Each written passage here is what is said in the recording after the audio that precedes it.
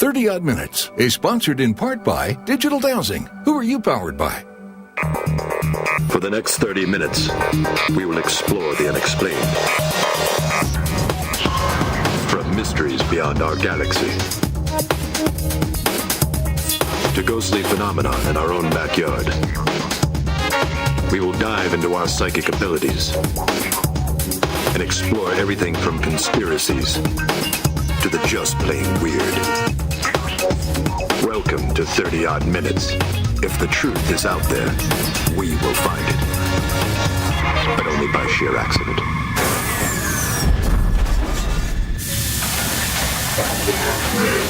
Yeah! Welcome to 30 Odd Minutes. It's good to have you here. It's good to be with you, Andrew. Howdy, Jeff. How are you? Pretty good. We got a quiet ship tonight. Drek, Moniz, and Laura have a space cold. So I've had to put them down. Ooh. Not put them down permanently, but to bed. Right, in their place. Yes. Okay, good. Well, it's good to be here up in the control center. I feel like we crash each week. Maybe I could try to. No, it's still. Yeah. It's inevitable. Yeah. What are you going to do? But it's good to be up here and good to be with you guys. Tonight we're discussing EVP. I know you're no stranger to EVP. Nope. Electronic voice phenomena.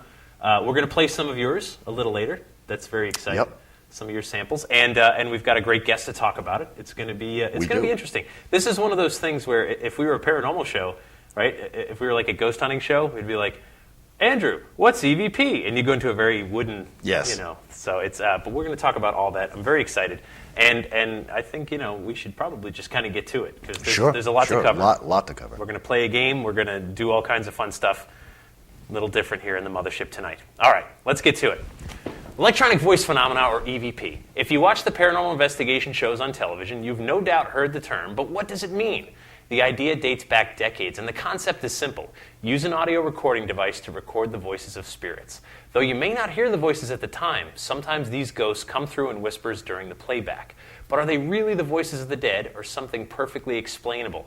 Tonight's guest is here to talk about the sound, audio recordings, and what these strange noises might be. He's a sound engineer who has worked on broadcasting since college. You know him as the producer and co-host of Darkness on the Edge of Town Radio. Please welcome, live from Minneapolis, Minnesota, Mr. Tim Dennis. Timmy D, how are you? Tim. Hello. Hey. How you doing?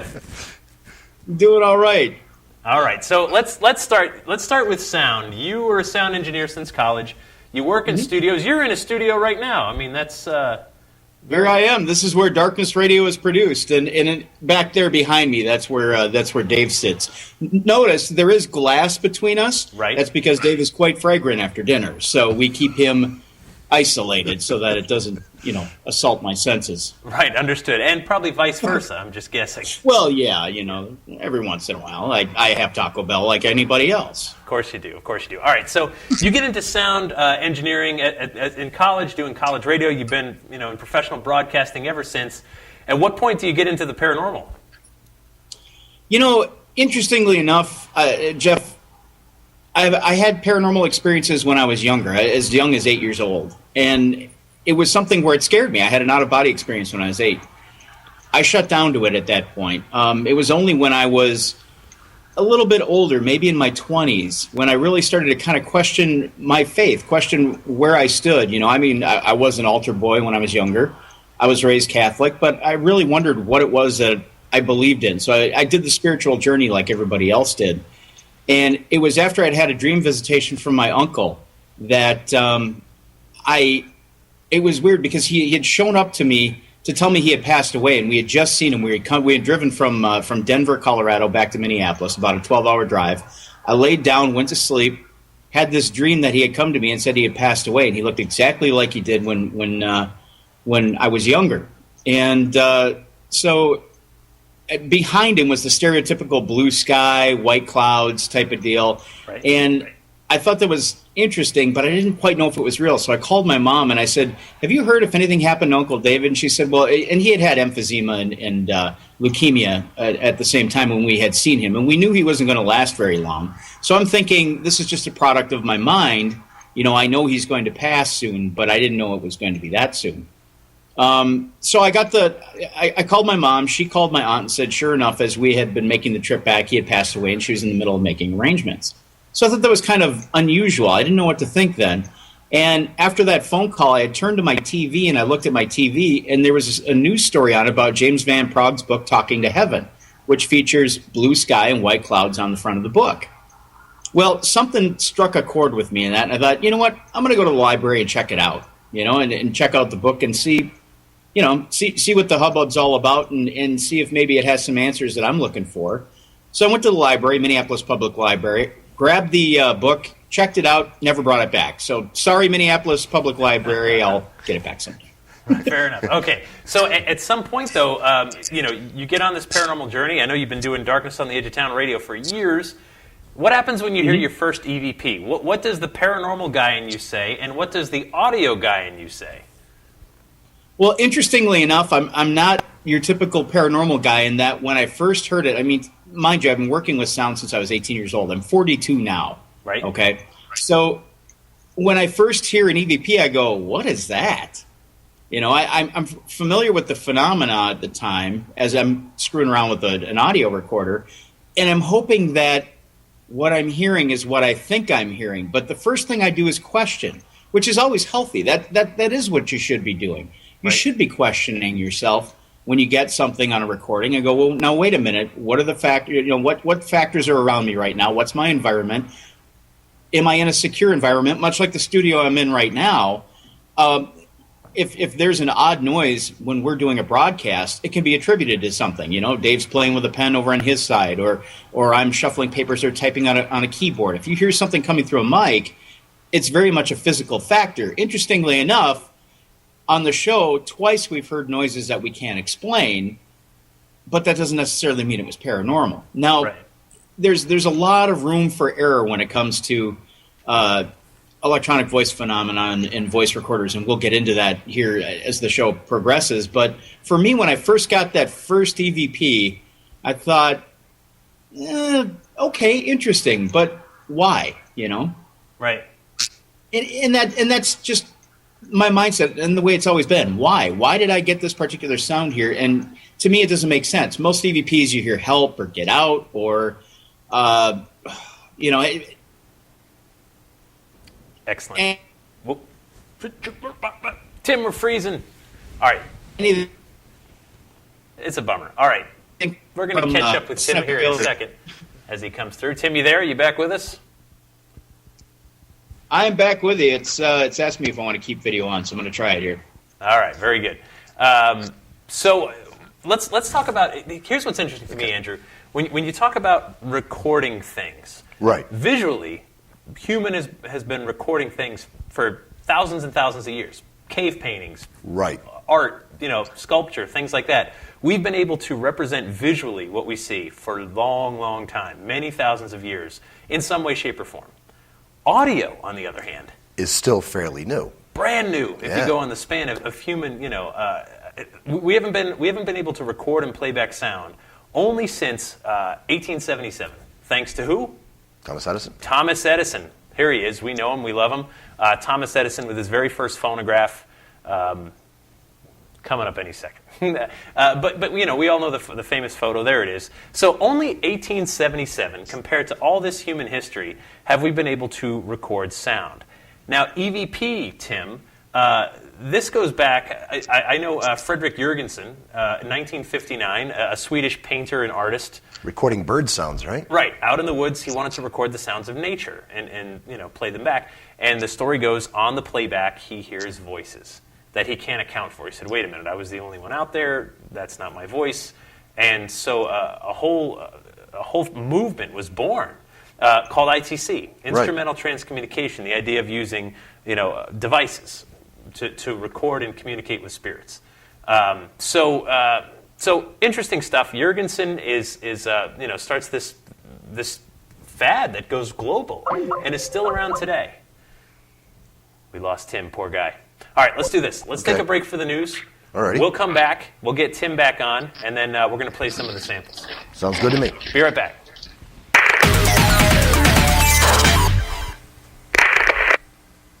On March 12, 2013, the Barrow County Sheriff's Office in the state of Georgia received a visit from two local women who wanted to report an evil curse. Chaya Vang and her mother Pang Kahang told Deputy D. Boyd that Vang's ex-husband Bruce Law had placed them in their home under some evil spells. Vang and her mother said that they were certain that Law had cast his spells on them shortly after the couple's divorce last year. Since then, the two women have been plagued with problems, including health issues for Miss Vang. Since there was nothing tangible in this case for the police to investigate, an official report was made to document the ladies' complaints. In the report written by Deputy Boyd, the women claimed that Mr. Law seems to have the uncanny ability to know what they do and where they go. Mr. Law either has a crystal ball or he's just an ex-husband with a lot of free time on his hands. I'm Andrew Lake, and oddly enough, that's the news. Thank you, Andrew. Oh my gosh, and you're back. You're back here that fast. Tim, are you with us again? Can you hear us? I can hear you, yeah. Excellent. All right. Well, that happens. Limitations, we're in space, mothership, traveling through, great speeds and distances. Sometimes we get These things happen. It does happen. All right. I want to start. We're going to play a couple of EVP. Andrew, you've captured these two that we're going to talk about. Set them up for us. Okay. Briefly, this was about a year ago in Woonsocket, Rhode Island, and an apartment. It was an old mill house in the heart of the city. The guy living in the apartment was also a ghost hunter, and he asked me and a psychic I worked with if we could come in and give him our opinion of what might be going on in his apartment. He felt that he had something kind of negative going on and something just kind of simple going on, and that's what the psychic agreed with, too. At one point, this first EVP, called Cat Toys, he was telling a really funny story about how he and his cat have watched the cat's toys get played with by some invisible force. And as he was telling the story, right there on the recorder, I get what sounds like a teenage boy just saying cat toys as he's telling the story. Let's play it, and then we'll talk about it, and we'll play it again. Take a listen. Sure enough, I went in and Brianna's cat was in her room. And it was enough to get my cat's attention. Right there. So right there, you hear the cat say meow, and then there's another word, and then cat toys. Exactly. Let's play it again. Sure enough, I went in and Brianna's cat was in her room. And it was enough to get my cat's attention. And what was even stranger is the guy, Tim, who lived in the apartment, he had an audio recorder going only a few feet away from where mine was going, and he got nothing on his recorder. Mine got it as clear as a bell, and as his recorder, there's just no voice there. There's nothing. All right, let's. The second one, too. This is from the same place. Yeah, the psychic was talking to him about, he was talking about the fact that he thought like he was going through some like personality changes, like something was affecting him. And you'll hear the psychic commenting on like, yeah, I've noticed that about you. And as he's telling this story, this very creepy male voice cuts in and says, nail you. Take a listen. Yeah, I got that from you.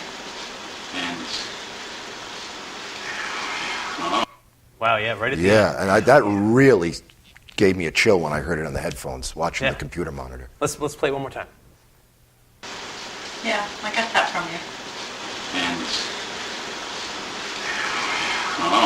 Yeah, and real briefly, what was interesting is the psychic had picked up on something she said happened to him when he was 18 and told this story about him investigating a haunted house that had a dark entity in it, and he took a trophy from the house and has always had it.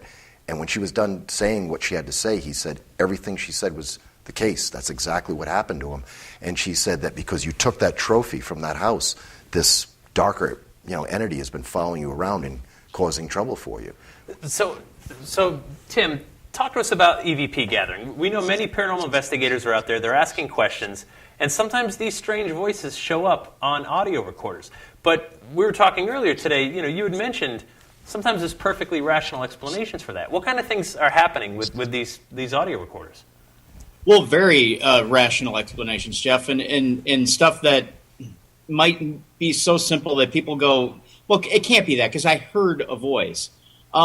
Let's take, for example, if you're ghost hunting in a group. You've got a group of you, and you happen to have two people over on one side, and they're doing an EVP session. Maybe you've got a guy over 50 feet away, and he's snapping photos, okay? And he happens to, something jams with his camera, and he says, blank, but he whispers it. Right. And you happen to pick it up on your recorder. That's the simplest form of mistake. A lot of times when we're teaching people how to gather sound and evidence in EVP, we tell them don't ever whisper. If you're going to say something, say it out loud, because a whisper carries much further in its treble monotone than an actual voice with bass behind it.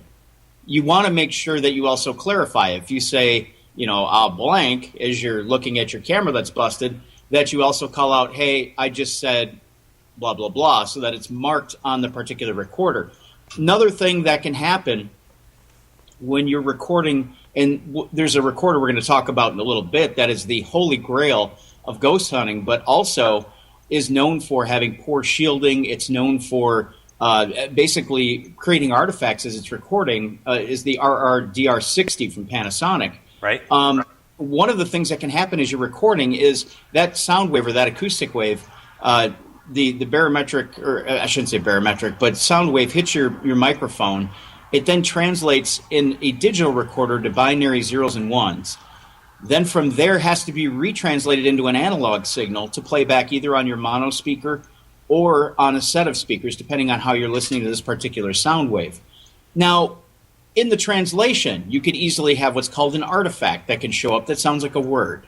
It could just be help or help, something real quick. But you'll say, wait, I think I heard something. It could sound like a very low audible whisper that you may not be able to make out, but that could indeed and in fact be a digital artifact. And of course, too, we have to understand the way the human ear works.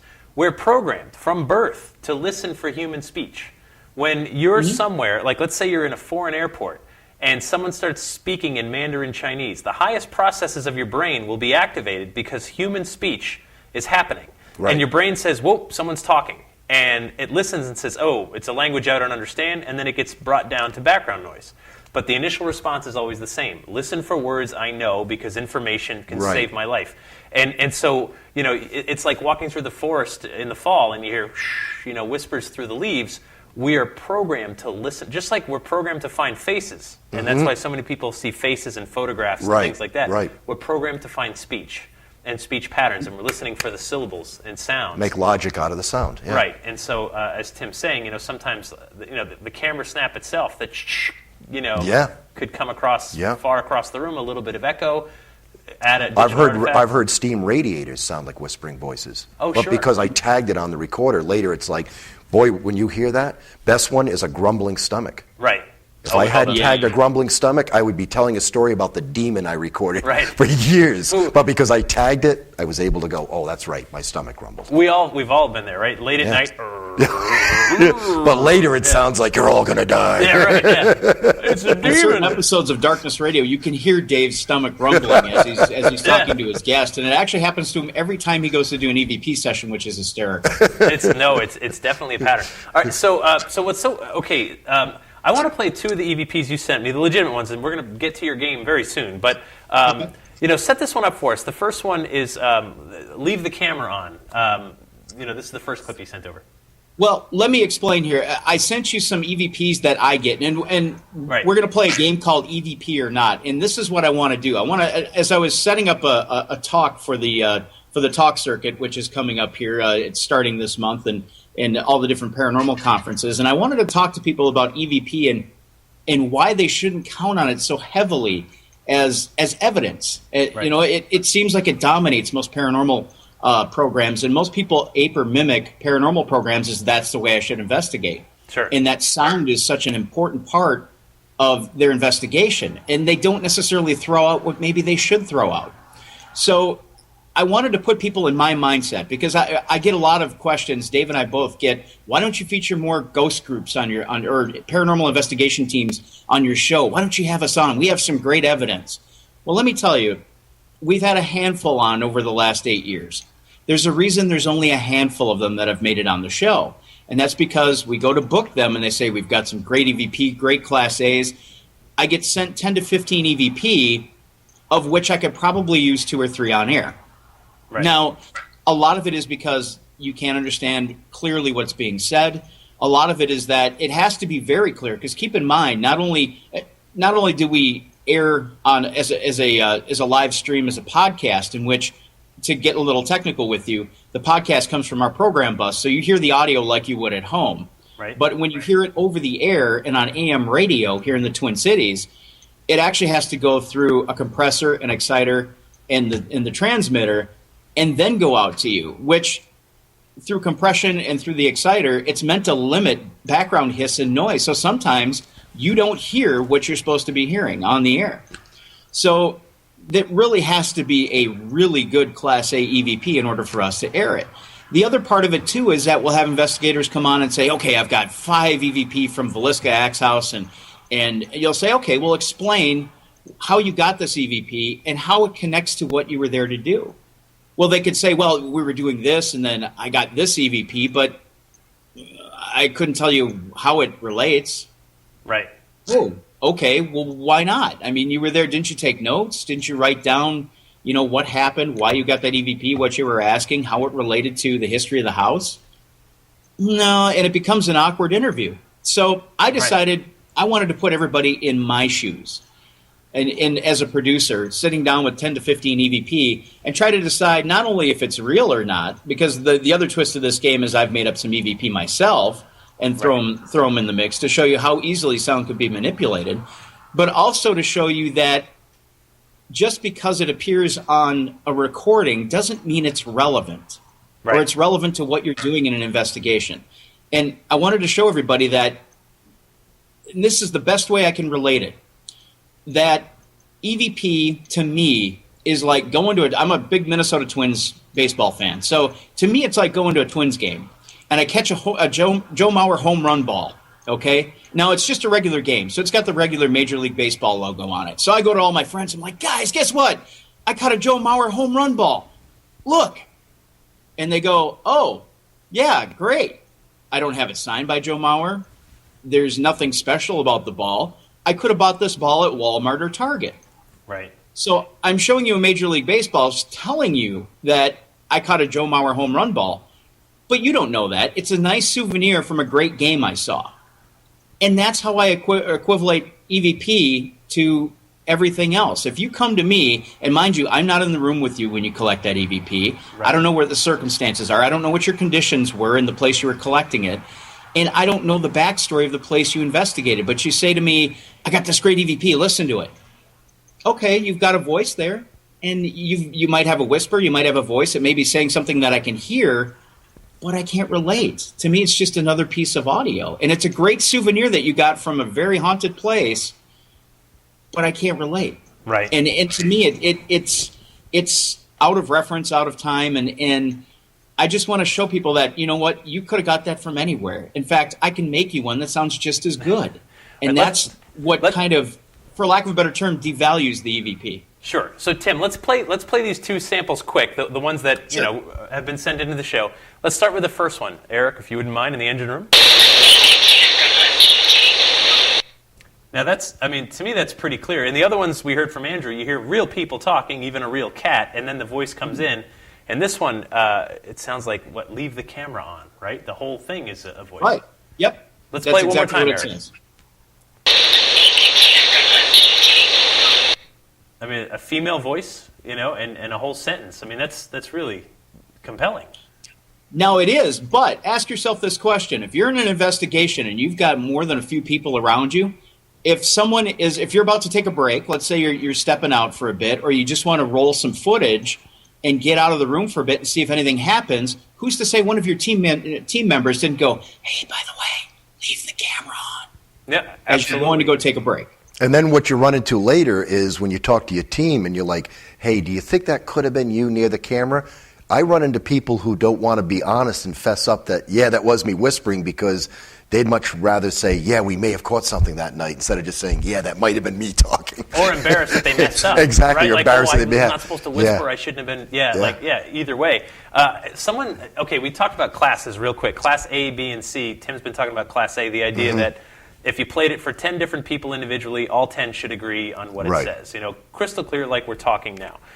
Class B, you make out a couple of words. Class C is garbled, but it seems out of place. Right. And so these classifications, I got an EVP once someone sent to me for review. Tim, this blew me away.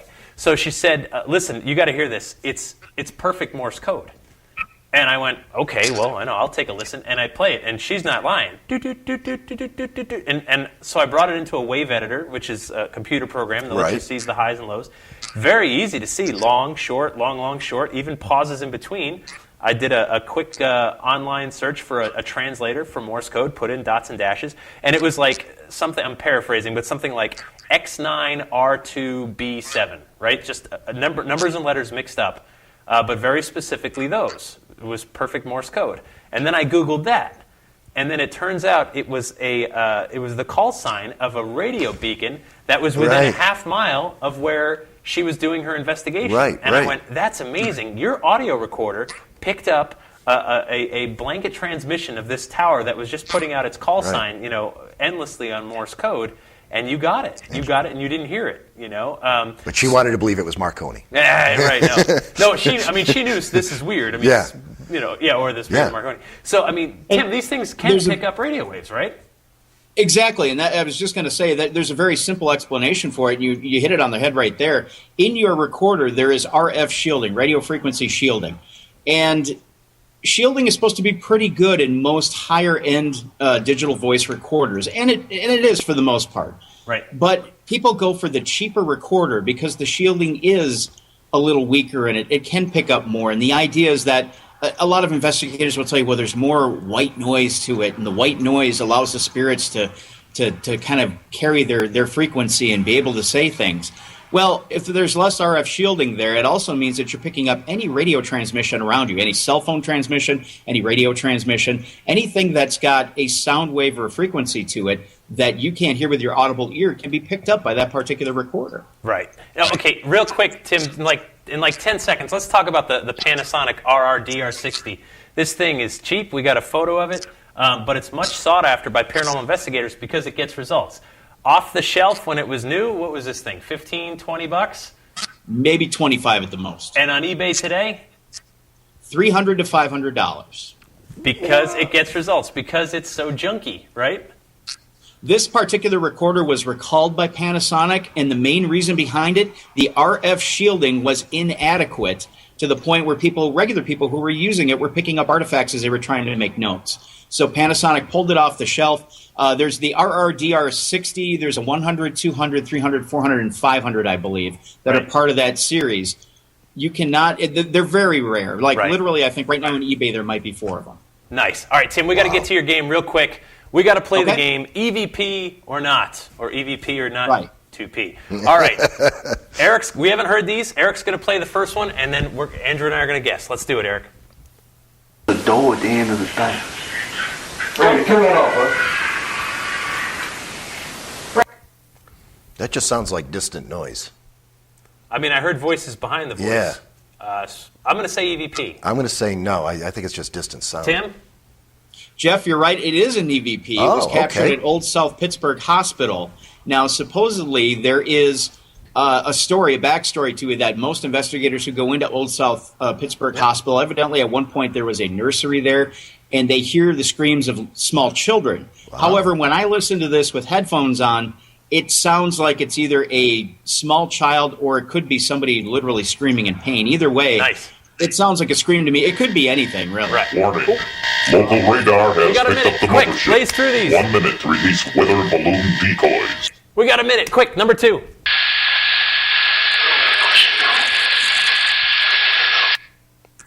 I'm saying not. Yeah, it sounded legit. Now I'm going to go the other way. Go.